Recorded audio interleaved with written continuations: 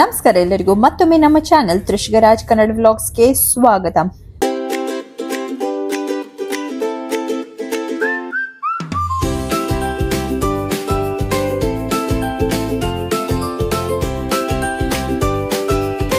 ತುಂಬಾ ದಿವಸ ಆದ್ಮೇಲೆ ಮತ್ತೊಮ್ಮೆ ನಾನು ವಾಯ್ಸ್ ಓವರ್ ಕೊಡ್ಲಿಕ್ಕೆ ಕೂತಿದ್ದೇನೆ ವ್ಲಾಗಿಗೆ.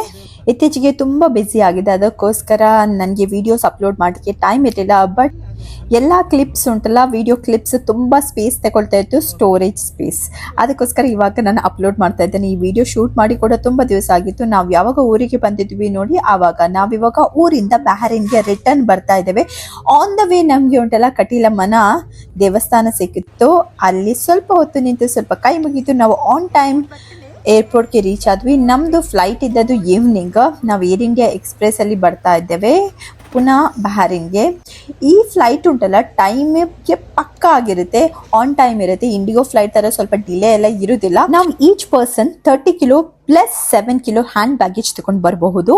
ಇನ್ ಟೋಟಲ್ ಆಗಿ 90 ಕಿಲೋಸ್ ತಗೊಳ್ಬಹುದು. ಆದ್ರೆ ನಾವು ಯಾವಾಗ್ಲೂ ಉಂಟಲ್ಲ ಕೈಯಲ್ಲಿ ಉಂಟಲ್ಲ ನಾವು ಲಗೇಜ್ ಅನ್ನು ಸ್ವಲ್ಪ ಕಡಿಮೆ ತಗೊಳ್ಳೋದು. ಕೀಕಿ ಮತ್ತೆ ಲಗೇಜ್ ಎರಡನ್ನು ಇಟ್ಕೊಂಡು ಸುತ್ತಾಡೋದಂದ್ರೆ ತುಂಬಾನೇ ಕಷ್ಟ.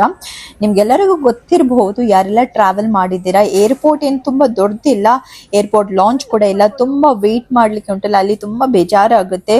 ನಾವು ಹೋದದ್ದು ಇಂಟರ್ನ್ಯಾಷನಲ್ ಫ್ಲೈಟ್ ಇರುವ ಸೈಡ್ಗೆ. ಅಲ್ಲಿ ಅಂತೂ 4-5 ಶಾಪ್ ಮಾತ್ರ ಇದ್ದದ್ದು. ಅಟ್ಲೀಸ್ಟ್ ಡೊಮೆಸ್ಟಿಕ್ ಫ್ಲೈಟ್ಸ್ ಏರಿಯಾ ಉಂಟಲ್ಲ ಅಲ್ಲಿ ತುಂಬಾ ಶಾಪ್ಸ್ ಎಲ್ಲ ಉಂಟು. ಚೆಕಿಂಗ್ ಎಲ್ಲ ತುಂಬಾನೇ ಸ್ಮೂತ್ ಆಗಿ ಆಯ್ತು. ನಮ್ಗೆ ಲಗೇಜ್ ಅಲ್ಲಿ ಇನ್ನು ಕೂಡ ನಾವು 15 kgs ಎಕ್ಸ್ಟ್ರಾ ತರಬಹುದು. ನನ್ ಕೀಕಿ ಪಾಪುಗೆ ಹೊರಗಡೆ ಇರುವಾಗ ಉಂಟಲ್ಲ ಹಂಗ್ರಿ ಆಗುದಿಲ್ಲ, ಆದ್ರೆ ಒಳಗಡೆ ಬಂದ ತಕ್ಷಣ ಮಮ್ಮ ಹಂಗ್ರಿ ಅಂತ ಹೇಳ್ತಾ ಇದ್ಲು.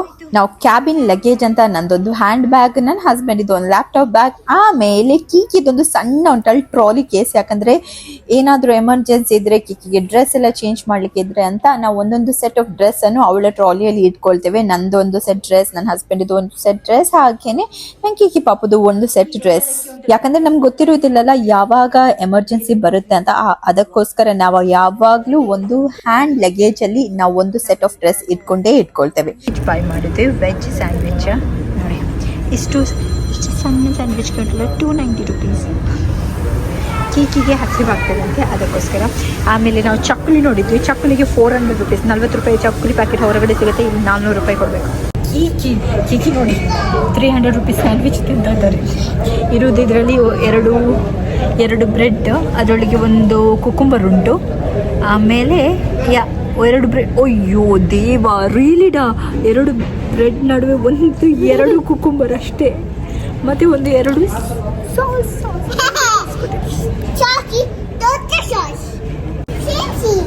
ಶೇಮ್ ಮತ್ತೆ ದಾದಾ ಶೇಮ್ ಸಿಟ್ ಮಾಡಿದ್ದಾರೆ. Yes looking. ಓ ಯಾ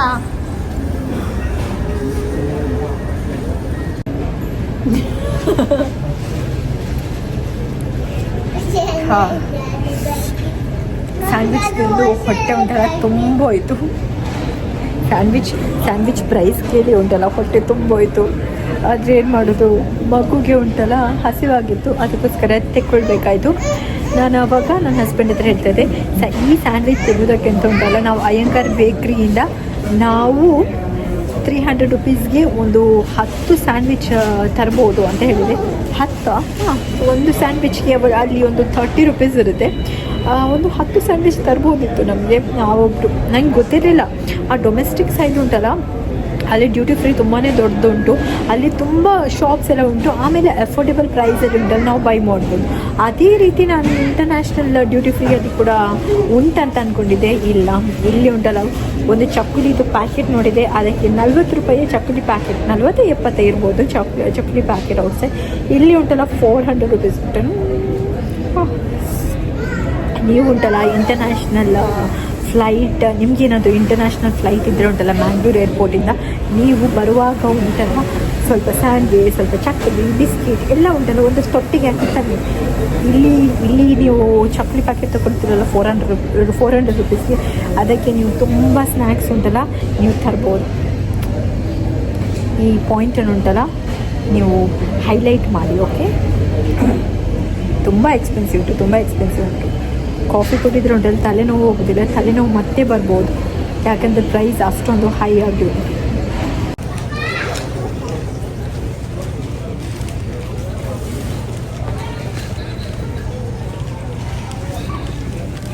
ಕೇಕಿ ಕಿಕಿ ಕಿಕಿ ಬಾಯ್ ಬಾಯ್ ಬಾಯ್ ಬಾಯ್ ಮ್ಯಾಂಗ್ಳೂರ್ ಪಲ್ಲೆ Bye bye, Mangur. Coming soon. Coming soon, Mangur. ನಮ್ಮ ಜನ್ಮಭೂಮಿಯಾದ ಮಂಗಳೂರಿಗೆ ಬಾಯ್ ಬಾಯ್ ಹೇಳೋ ಸಮಯ ಬಂತು. ಇವಾಗ ಕರ್ಮಭೂಮಿಯಾದ ನಮ್ಮ ಬಹರೀನ್ಗೆ ಬರುವ ಸಮಯ ಬಂತು.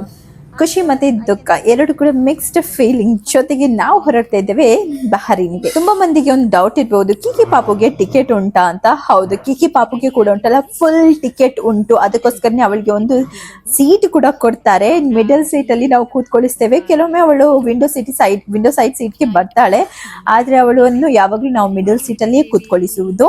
2 years ಆದ್ಮೇಲೆ ಉಂಟಲ್ಲ, ಎಲ್ಲಾ ಮಕ್ಕಳಿಗೆ ಫುಲ್ ಟಿಕೆಟ್ ಪ್ರೈಸ್ ಪೇ ಮಾಡ್ಲೇಬೇಕು. ಅದಕ್ಕಿಂತ ಮುಂಚೆ ಸ್ವಲ್ಪ ಕನ್ಸೆಷನ್ ಎಲ್ಲ ಕೊಡ್ತಾರೆ, ಬಟ್ ಅದಾದ್ಮೇಲೆ ಫುಲ್ ಪ್ರೈಸ್ ಪೇ ಮಾಡ್ಬೇಕು. ಈ ಸರ್ತಿ ಉಂಟಲ್ಲ, ನಾವು ಊರಿಗೆ ಬಂದದ್ದು ನನ್ನ ಕಸಿನ್ ಇದು ಮ್ಯಾರೇಜ್ಗೆ ಎಷ್ಟೊಂದು ಎಂಜಾಯ್ ಮಾಡಿದ್ವಿ ಅಂದ್ರೆ, ನಾವು ಕಸಿನ್ಸ್, ಫ್ಯಾಮಿಲಿ, ಫ್ರೆಂಡ್ಸ್ ಎಲ್ಲರೂ ನಾವು ಊರಿಗೆ ಬರುವುದು ಏನಾದ್ರೂ ಫಂಕ್ಷನ್ಸ್ ಎಲ್ಲ ಇದ್ರೆ ಅಲ್ವಾ. ಅದಕ್ಕೋಸ್ಕರ ನಾನು ಕೇಳ್ಕೊಳ್ತಾ ಇದ್ದೇನೆ ಎಲ್ಲಾ ಕಸಿನ್ಸ್ ಅಥವಾ ಫ್ಯಾಮಿಲಿಯಲ್ಲಿರುವ ಫ್ರೆಂಡ್ಸ್ಗೆ ಕೂಡ ಬೇಗ ಬೇಗ ಮದುವೆ ಆಗಿ ನಮ್ಗೆ ಇನ್ವಿಟೇಷನ್ ಕಳಿಸಿ ನಾವು ಮತ್ತೊಮ್ಮೆ ಬೇಗ ಮಂಗಳೂರಿಗೆ ಬರ್ತೇವೆ. ನಾವು ಮುಂಚೆ ಎಲ್ಲ ಬರುವಾಗ ಏರ್ಪೋರ್ಟ್ಗೆ ಬರುವಾಗ ತಂದೆ ತಾಯಿಯವರನ್ನೆಲ್ಲ ಕರ್ಕೊಂಡ್ ಬರ್ತಾ ಇದ್ವಿ. ಆದ್ರೆ ಏನ್ ಗೊತ್ತಾ, ಇವಾಗ ನಾವು ಕರ್ಕೊಂಡ್ ಬರಲ್ಲ, ಸುಮ್ನೆ ವೇಸ್ಟ್. ಅವ್ರು ಬರ್ಬೇಕು, ಜಸ್ಟ್ ನಮ್ಮನ್ನ ಡ್ರಾಪ್ ಮಾಡಿ ಆಮೇಲೆ ಪುನಃ ಮನೆಗೆ ಹೋಗ್ಬೇಕು. ತುಂಬಾ ಕಷ್ಟ ಆಗುತ್ತೆ. ಇವಾಗೆಲ್ಲ ಅವರಿಗೆ ಕೀಕಿಯನ್ನು ಬಿಟ್ಟು ಬರುವುದಂದ್ರೆ ಅವರಿಗೆ ತುಂಬಾ ಬೇಜಾರು.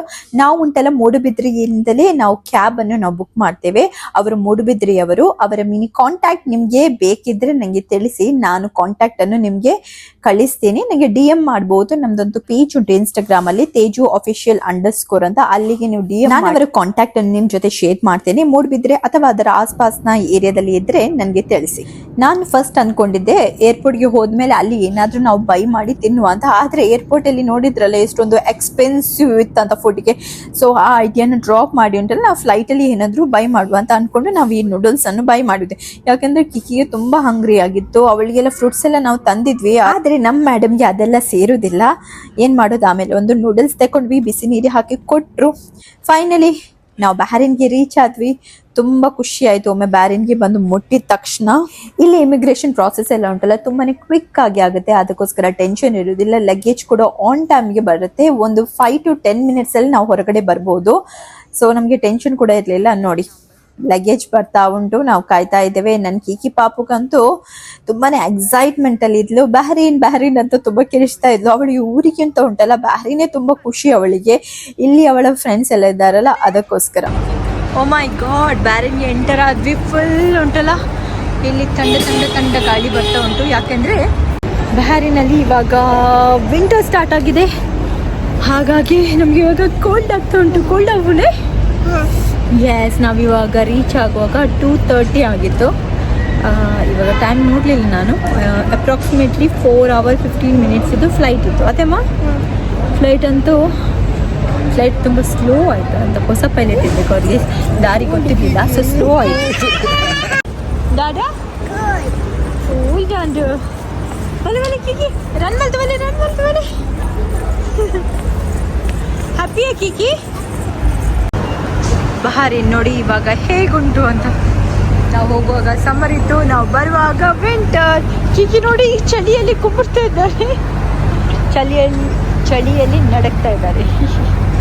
ನನ್ನ ಹಸ್ಬೆಂಡ್ ಇದು ಫ್ರೆಂಡ್ ಸ್ಯಾಂಡಿ ಅಣ್ಣ ಅಂತ ಇದ್ದಾರೆ. ಅವರು ಬಂದಿದ್ರು ಏರ್ಪೋರ್ಟ್ಗೆ ಪಿಕ್ ಮಾಡ್ಲಿಕ್ಕೆ. ನಾವು ಬಂದ ಮಂತ್ ಉಂಟಲ್ಲ, ನ್ಯಾಷನಲ್ ಡೇ ಇತ್ತು, ಹಾಗೇನೆ ನ್ಯೂ ಇಯರ್ ಕೂಡ ಉಂಟಲ್ಲ ಹತ್ತಿರ ಇತ್ತು. ಅದಕ್ಕೋಸ್ಕರ ಬಹರೀನ್ ಫುಲ್ ಡೆಕೋರೇಟ್ ಮಾಡಿದ್ರು. ಕೀಕಿ ಬಾಬು ಅಂತೂ ಫುಲ್ ಹ್ಯಾಪಿ ಆಗಿದ್ರು. ಕೀಕಿ ಕೇಳ್ತದ್ದು ಯಾಕೆ ಈ ಲೈಟ್ಸ್ ಎಲ್ಲ ಹಾಕಿದಾರಂತ. ಅದಕ್ಕೆ ನಾವು ಹೇಳಿದ್ವಿ, ನೀನ್ ಬಹರೀನ್ಗೆ ಬಂದಿಯಲ್ಲ, ನಿನ್ಗೆ ವೆಲ್ಕಮ್ ಮಾಡ್ಲಿಕ್ಕೋಸ್ಕರ ಈ ಲೈಟ್ ಎಲ್ಲ ಹಾಕಿದ್ದು ಅಂತ. ಏರ್ಪೋರ್ಟ್ ಇಂದ ನಮ್ಮ ಮನೆಗೆ ಒಂದು 20-25 minutes ರಸ್ತೆ ಅಷ್ಟೇ. ನಾವು ಮನೆಗೆ ಬಂದ ತಕ್ಷಣ ನಾವು ಬಾಕ್ಸ್ ಅನ್ನು ಓಪನ್ ಮಾಡಿದ್ವಿ. ಯಾಕಂದ್ರೆ ಅಮ್ಮ ಫಿಶ್ ಕರಿ ಎಲ್ಲ ಮಾಡಿ ಕೊಟ್ಟಿದ್ರು. ಫಿಶ್ ಕರಿಯ ಚಿಕನ್ ಕರಿಯ ಏನು ಮಾಡಿ ಕೊಟ್ಟಿದ್ರು. ಅದಕ್ಕೋಸ್ಕರ ಅದನ್ನ ಬೇಗ ಓಪನ್ ಮಾಡಿದ್ವಿ. ಕ್ವಿಕ್ ಆಗಿ ನಾನು ರೈಸ್ ಪ್ರಿಪೇರ್ ಮಾಡಿದೆ. ಆಮೇಲೆ ಅದ್ರ ಜೊತೆಗೆ ಚಿಕನ್ ಕರಿಯನ್ನು ಕ್ವಿಕ್ ಆಗಿ ಉಂಟಲ್ಲ ಬಿಸಿ ಮಾಡಿ ತಿಂದ್ವಿ. ನೆಕ್ಸ್ಟ್ ದಿವಸ ನೋಡಿ ಏನೆಲ್ಲ ನಾನು ಊರಿಂದ ತಂದಿದ್ದೇನೆ ಅಂತ ನಿಮ್ಗೆ ನಾನು ತೋರಿಸ್ಬೇಕಂತ ಇದ್ದೆ.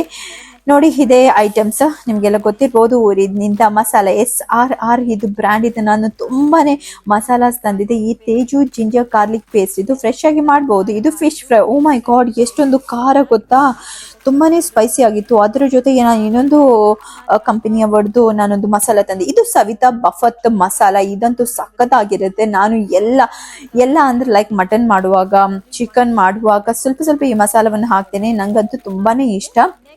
ಕಬಾಬ್ ಪೌಡರ್ಗೆ ನಾನು ಯಾವಾಗಲೂ ಪ್ರಿಫರ್ ಮಾಡೋದು ಈ ತೇಜು ಚಿಕನ್ ಕಬಾಬ್ ಪೌಡರ್. ಇದಂತೂ ತುಂಬಾನೇ ಸಖತ್ತಾಗಿರುತ್ತೆ. ಮುಂಚೆ ಎಲ್ಲ ಉಂಟಲ್ಲ ತುಂಬಾ ಕಲರ್ಸ್ ಎಲ್ಲ ಹಾಕ್ತಾ ಇದ್ರು, ಇವಾಗ ಹಾಕುದಿಲ್ಲ. ಮತ್ತೆ ಸನ್ರೈಸ್ ಇದು ಕಾಫಿದು. ಆಮೇಲೆ ನಾನು ಕಾಶ್ಮೀರಿ ಚಿಲ್ಲಿ ಪೌಡರ್ ತಂದೆ. ಇಲ್ಲಿ ಸ್ವಲ್ಪ ಎಕ್ಸ್ಪೆನ್ಸಿವ್ ಉಂಟು, 200 ರುಪೀಸ್ ಎಲ್ಲ ಇರುತ್ತೆ ಒಂದು ಡಬ್ಬಗೆ. ಕಾಶ್ಮೀರಿ ಚಿಲ್ಲಿ ಪೌಡರ್ 200 ಗ್ರಾಮ್ಗೆ. ಅಲ್ಲಿ ಊರಲ್ಲಿ ಸ್ವಲ್ಪ ಕಡಿಮೆ ರುಪೀಸ್ಗೆ ಸಿಕ್ಕಿತ್ತು. 100 ಗ್ರಾಮಿಗೆ 70 ರುಪೀಸ್ ಏನೋ ಇತ್ತು. ಓಕೆ, ಮತ್ತೆ ನೋಡಿ ಪುನಃ ನನ್ನ ಇದ್ರಲ್ಲಿ ಡಬ್ಬದಲ್ಲಿ ಉಂಟಲ್ಲ ಫಿಶ್ ಫ್ರೈ ಮಸಾಲವೇ ನಿಮ್ಗೆ ಜಾಸ್ತಿ ನೋಡ್ಬೋದು. ಆಮೇಲೆ ಈ ಮ್ಯಾಜಿಕ್ ಮಸಾಲ ತಂದ್ವಿ. ಊರಲ್ಲಿ ಏನೋ 2 ರುಪೀಸ್ಗೆ ಇರ್ಬೇಕು, ಇಲ್ಲಿ 17 ರುಪೀಸ್ 20 ರುಪೀಸ್ಗೆ ಸಿಗುತ್ತೆ. ಆಮೇಲೆ ಮ್ಯಾಗಿ ಮಸಾಲ ತಂದೆ. ಯಾವತ್ತಾದ್ರೂ ಉಂಟಲ್ಲ ಬೆಳಿಗ್ಗೆ ತಿಂಡಿ ಮಾಡಲು ಮೂಡ್ ಇಲ್ಲ ಅಂದ್ರೆ ಮ್ಯಾಗಿ ನೂಡಲ್ಸ್ ತಿನ್ನುವಂತ. ಇದು ಕಾಶ್ಮೀರಿ ಚಿಲ್ಲಿ ಫ್ರೈ ಎಲ್ಲ ಮಾಡ್ಲಿಕ್ಕೆ, ಕೆಲವೊಮ್ಮೆ ಒಗ್ಗರಣೆಗೆಲ್ಲ ಹಾಕ್ಲಿಕ್ಕೆಲ್ಲ ಬೇಕಾಗುತ್ತಲ್ಲ, ಅದಕ್ಕೋಸ್ಕರ ಅದನ್ನು ಕೂಡ ತಂದೆ. ಆಮೇಲೆ ನಾನೊಂದು ಹುಳಿದು ಡಬ್ಬ ಕೂಡ ತಂದೆ. ಈ ಚಂದು ಕುಂದಾಪುರ್ ಚಿಕನ್ ಮಸಾಲ. ನಾನು ಇದನ್ನು ಟ್ರೈ ಮಾಡ್ಲಿಲ್ಲ ಇನ್ನು ಕೂಡ, ಬಟ್ ನಾನು ಅದ್ರದ್ದು ಫಿಶ್ ಫ್ರೈ ಮಸಾಲ ಟ್ರೈ ಮಾಡಿದೆ. ಉಫ್, ತುಂಬಾನೇ ಉಂಟಲ್ಲ ಸ್ಪೈಸಿ. ನಂಗೆ ಗೊತ್ತು ಕುಂದಾಪುರ ಸೈಡ್ ನವರಿಗೆ ಸ್ಪೈಸಿನೆಸ್ ಅಂದ್ರೆ ತುಂಬಾನೇ ಇಷ್ಟ. ಇದು ಉಂಟಲ್ಲ ಒಣ ಮೀನು ಕೂಡ ಸ್ವಲ್ಪ ತಂದಿದ್ವಿ. ಕೊಲ್ಲತ್ತಾರು ಮತ್ತೆ ನಂಗ್ ಫಿಶ್, ಆಮೇಲೆ ಬಂಗಡ ಫಿಶ್ ಇದನ್ನೆಲ್ಲ ತಂದ್ವಿ. ಆಮೇಲೆ ಇಟ್ಟಿ ಅಂತ ಹೇಳ್ತೇವೆ, ಅದೆಲ್ಲ ತಂದ್ವಿ. ಇದು ನೆಕ್ಸ್ಟ್ ಡೇ ಮಾರ್ನಿಂಗ್ ಕೀಕಿ ತುಂಬಾನೇ ಫ್ರೆಶ್ ಆಗಿ ಬೇಕಪ್ ಮಾಡಿದ್ರು. ಖುಷಿ ಆಯ್ತಂತೆ ಅವರಿಗೆ ಬ್ಯಾರಿನ್ಗೆ ಬಂದ ತಕ್ಷಣ. ಅದೇ ಹೇಳ್ತಾ ಇದ್ಲು ಬೆಳಿಗ್ಗೆ ಎದ್ದು, ನಾನಂತೂ ತುಂಬಾನೇ ಖುಷಿಯಾಗಿದ್ದೇನೆ ಮಮ್ಮ, ನನ್ನನ್ನು ತುಂಬಾ ವೆಲ್ಕಮ್ ಮಾಡಿದ್ರು ಲೈಟ್ಸ್ ಎಲ್ಲ ಹಾಕಿ ಅಂತ.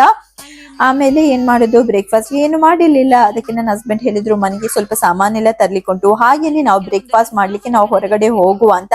ಅದಕ್ಕೋಸ್ಕರ ನಮ್ಮ ಇವಾಗ ಅದು ಪಯಣ. ನಿಮ್ಗೆ ಉಂಟಲ್ಲ ಗೊತ್ತಿಲ್ಲದ್ರೆ ಹೇಳ್ತೇನೆ, ನಾನೊಂದು ಹೊಸತ್ತು ತುಳುವಿನಲ್ಲಿ ವ್ಲಾಗಿಂಗ್ ಚಾನಲ್ ಅನ್ನು ಸ್ಟಾರ್ಟ್ ಮಾಡಿದ್ದೇನೆ. ಅದರ ಹೆಸರು ತೇಜೋ ತುಳು ವ್ಲಾಗ್ಸ್ ಅಂತ. ಅದನ್ನು ಕೂಡ ಫಾಲೋ ಮಾಡಿ. Thank you.